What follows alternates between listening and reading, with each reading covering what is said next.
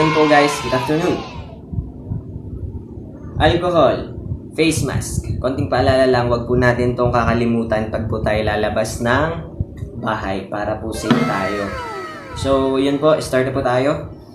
Introduce ko lang po yung topic namin. Ang topic po namin ay constitutional reform at kung ano po ba yung connection nito sa role theory. So, ano nga po ba yung role theory? Ang role theory po is kung ano po ba yung role nyo sa buhay. Kunyari po ako, bilang isang anak, ano po ba yung role ko as isang anak? Sa magulang naman, kunyari, sila, ano bang role nila bilang isang magulang ng kanilang mga anak? Ito naman po yung mga related topics ng constitutional reform. Number 1, importance of constitutional reform. Pangalawa po, role of leaders and people. Pangatlo, possible behavior of the Filipino towards the reform. Pangapat naman po, the important factors and variables. So yan po yung mga related topics na itatakil natin mamaya ng mga teammates ko sa topic na to. So, yun po. At kasunod po si Annabel para po sa kanyang role theory explanation. Thank you. Magandang araw sa inyong lahat. Narito ako upang ibahagi ang aking konting kaalaman patungkol sa rule of theory. Ano nga ba ang rule of theory? Iminumungkahi ng rule of theory na ang pagkilos ng isang tao ay ginagabayan ng mga expectations. Katumbas ng mga expectations ay iba't ibang uri ng papel na ginagampanan ng individual sa loob man ng tahanan o lipunan. Iilan ritong halimbawa ay kapatid at anak. Maaari ring halimbawa ang posisyon mo sa trabaho. Ang mga papel na ito ay binubuo ng mga tuntunin at pamantayan na naglalayong magabayan ng kilos ng tao. Ang role ay tumutukoy din sa mga goals na nais mong tuparin o ipagpatuloy, mga gawain na dapat mong gamagampanan at mga pagsasagawa o paggaganap sa isang takdang senaryo at sitwasyon. Sa isang banda, ipinaliwanag din ng rule of theory na upang magbago ang kilos ng isang tao ay marapat na magpalit ng kanyang role dahil ang ginagampan ng papel ay tumutugma sa pagkilos at ang pagkilos ay tumutugma sa ginagampan ng papel. Ang role ay nagbibigay impluwensya sa paniniwala at pag-uugali. So, hi guys, I'm here to explain what is constitutional reform. Constitutional reform in the Philippines, also known as charter change, refers to the political and legal processes needed to amend the current 1987 Constitution of the Philippines under the common interpretation of the Constitution. Amendments can be proposed by one of the methods, three methods: a people initiative, constituent assembly, or constitutional convention. So, next is, why constitutional reform important? The Declaration is an important piece of international law as it sets the standards for the survival, dignity, and well-being of all indigenous people. The process of constitutional reform is consistent with achieving the ends of the Declaration. Constitutional reform as a nation-building process can help achieve this. Next, advantages of constitutional reform. Electoral reform. Proportional representation as called by the liberal Democrats would give smaller patients more of a voice. Pros. Under the current system, a party can govern with a small share of the votes. Because of the constituency system, many voters feel their view are not well represented under a 2 or 3 party system. So, elected peers, making the upper house a partly or wholly elected chamber.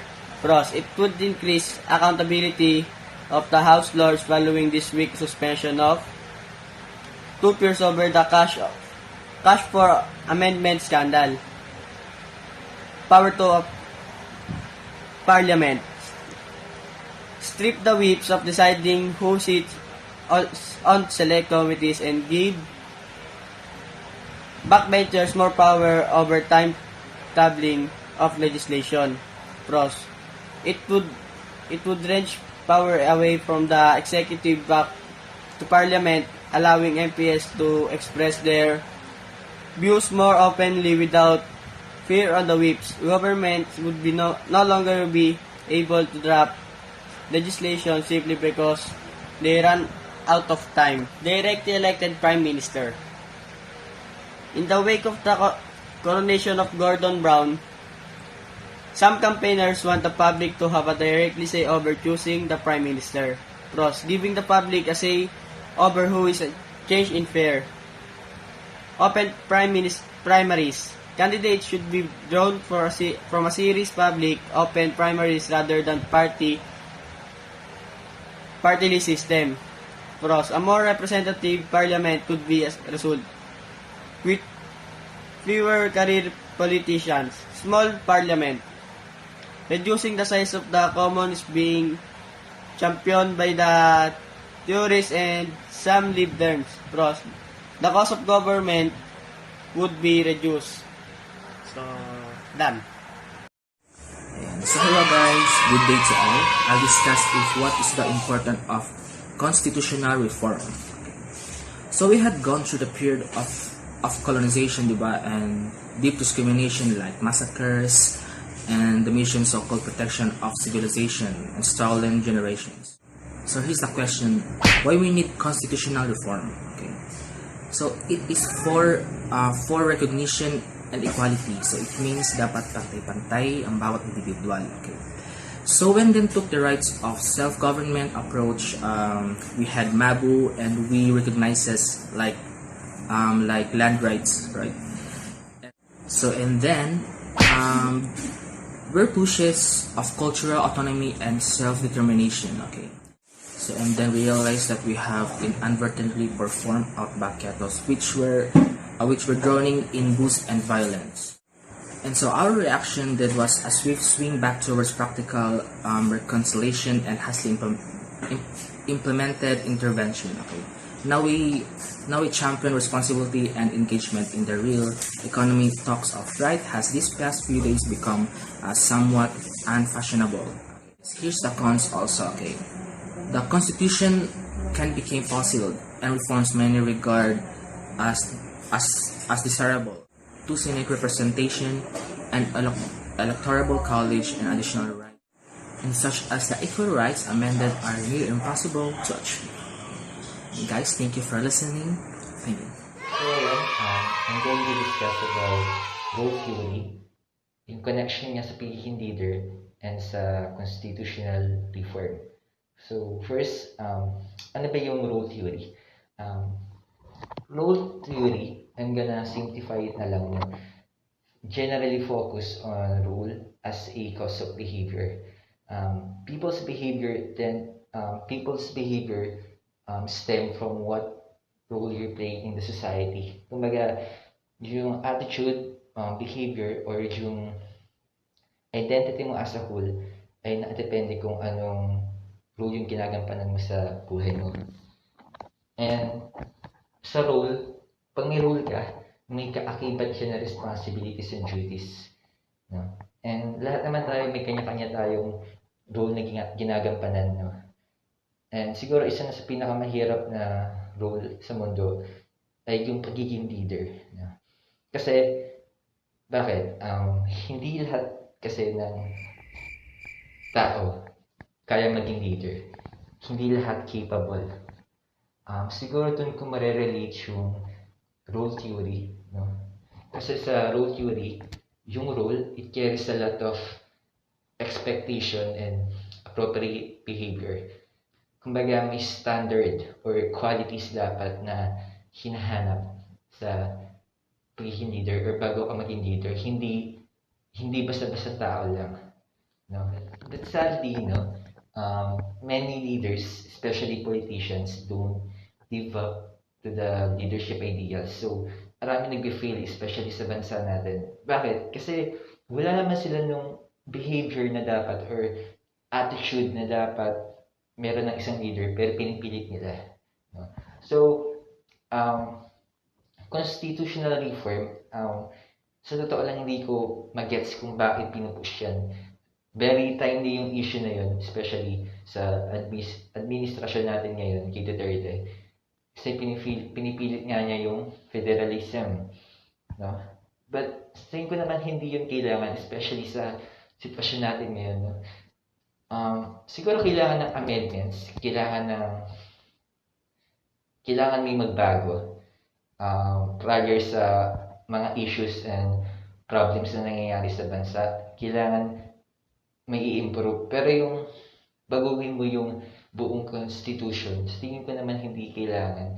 Kailangan lang na may mabago or may ma-improve. Kasi siguro para sa akin yung role ng leader is generally based on what people's need. So depende sa pangangailangan ng tao na sinasakupan mo. I'm gonna give example na lang, no? Yung sa Pilipinas, maraming politicians na businessmen. No? Bakit? Kasi they seek for power and authority. No? Diba? Ayaw naman nilang mag-serve sa mga tao. They just do it para sa sarili nilang kapakanan.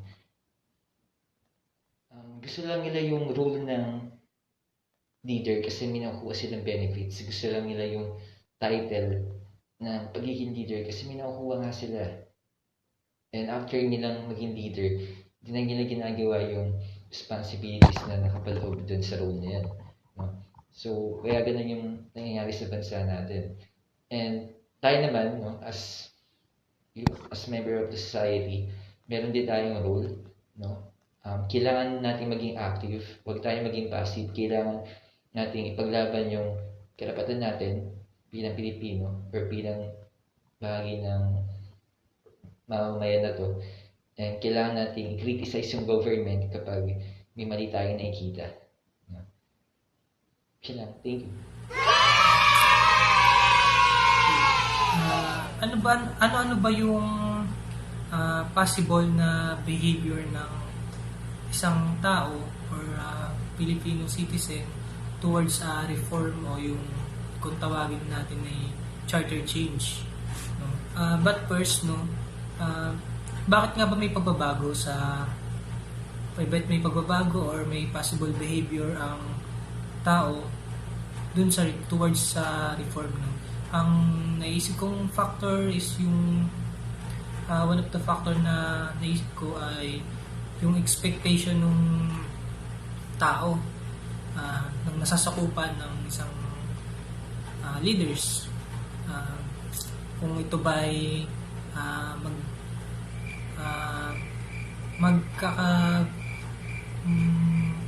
may benefit ba sila dito sa pagbabago or ma-worsen ba yung status ng buhay nila. Sa yun, no, sa factor ko bakit possible na behavior ang tao sa reform. Kasi meron silang expectation na pwedeng masunod, pwedeng ma-disappoint sila. Kaya possible behavior or maging reaction ng tao, dalawa lang yan eh. Pwede silang favor sila dun sa pagbabago or hindi sila pabor. Yun. Kasi naman, 'di ba, sa gobyerno naman natin hindi naman kailan naman hindi naman nagkaisa ang ideya ng mga tao. Laging hati sa dalawa.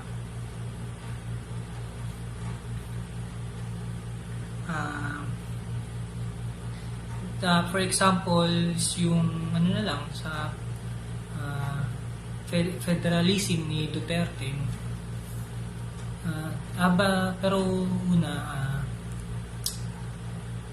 yung pag hindi pabor yung tao, syempre isa sa mga behavior din ng hindi pabor na tao kontra sa charter change ng isang presidente, syempre magrarally. Naalala ko tuloy si yung rallyista na lalaki na every president, no, sila mga former president, sila Ninoy, sila Gloria, Erap, parang lahat ng naging presidente, nandun siya, yung lalaking yun, nagrarally. Kumbaga, hindi mo malaman yung role niya, kung ano bang role niya bilang isang citizen. Siguro ang role niya siguro is mamera, siguro para siraan yung president, baka pinagkakakitaan niya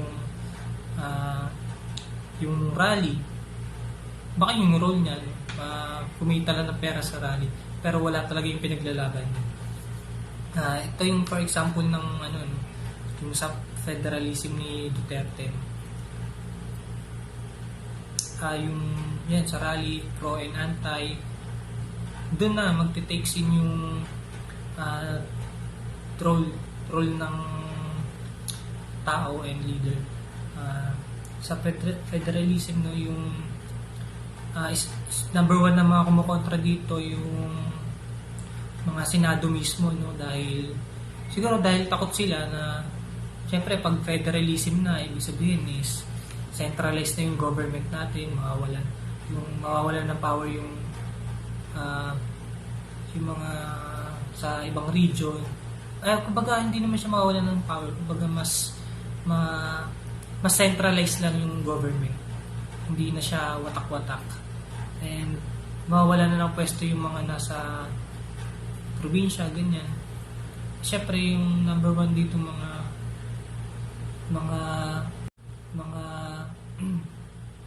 yung mga na hindi isang ayon is yung mga senador din, kasi siyempre yung utang na loob nila sa mga kung bakit sila naging senador, no, is andun.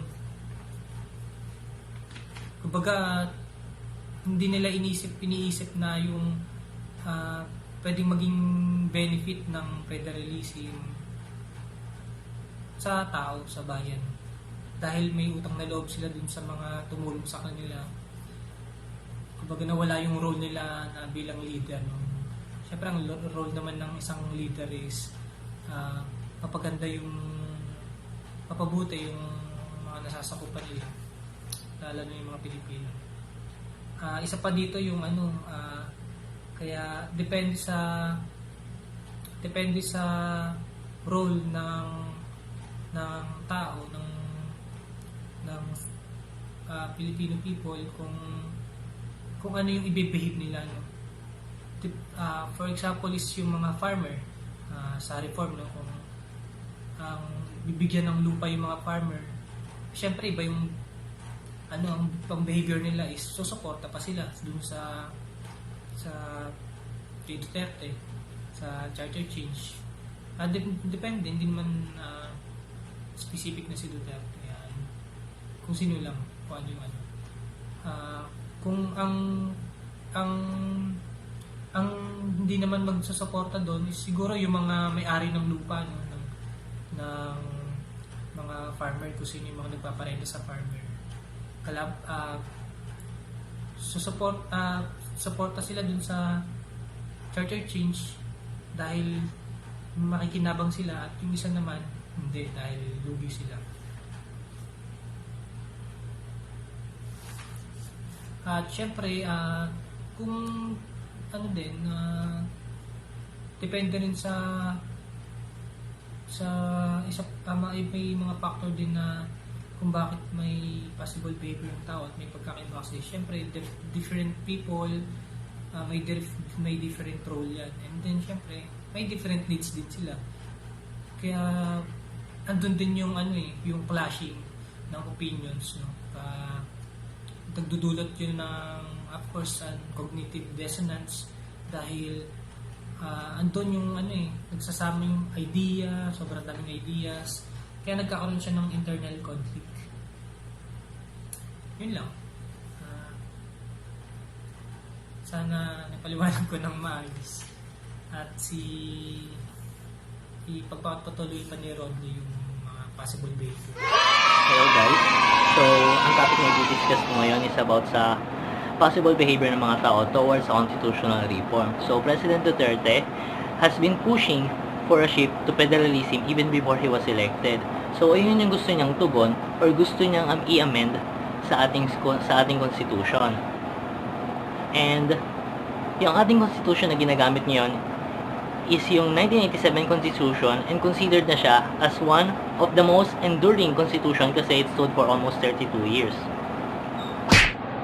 Dumako na tayo sa role theory. Question is, ano ang possible behavior ng mga tao towards constitutional reform or federalism? May nabasa akong research na nagsasabing 64% ng mga respondents ng survey ay hindi pabor sa amending ng constitution. Bakit? Una sa lahat, iisipin ng mga tao na magiging abusive ang nakaupong presidente sa kanyang expanded power. Si Duterte ay presidenteng maraming hindi pumapabor sa kanyang mga actions. Like, yung war on drugs, katulad na lang ng pagtugon niya sa pandemic or yung breakout ng COVID-19. Pangalawa, lalo na may pandemic ngayon or may sari-sari tayong outbreak na nararanasan, hindi siya dapat i-prioritize ng government. May nabasa ako, according kay Trilon, na amending the Constitution will only create distraction, division, and unnecessary noise. Isa na itong pagpapatunay na maaaring hindi magkaroon ng unity sa pagitan ng tao, ng gobyerno, at mga namamalakad nito. Pangatlo, amending the Constitution ay kailangang gastusan, lalo na sa pagsisimula nito. Kaya naman, magkakaroon ito ng posibleng sanhi ng tagutom at tataas ang porsyento ng mga taong hindi papabor dito.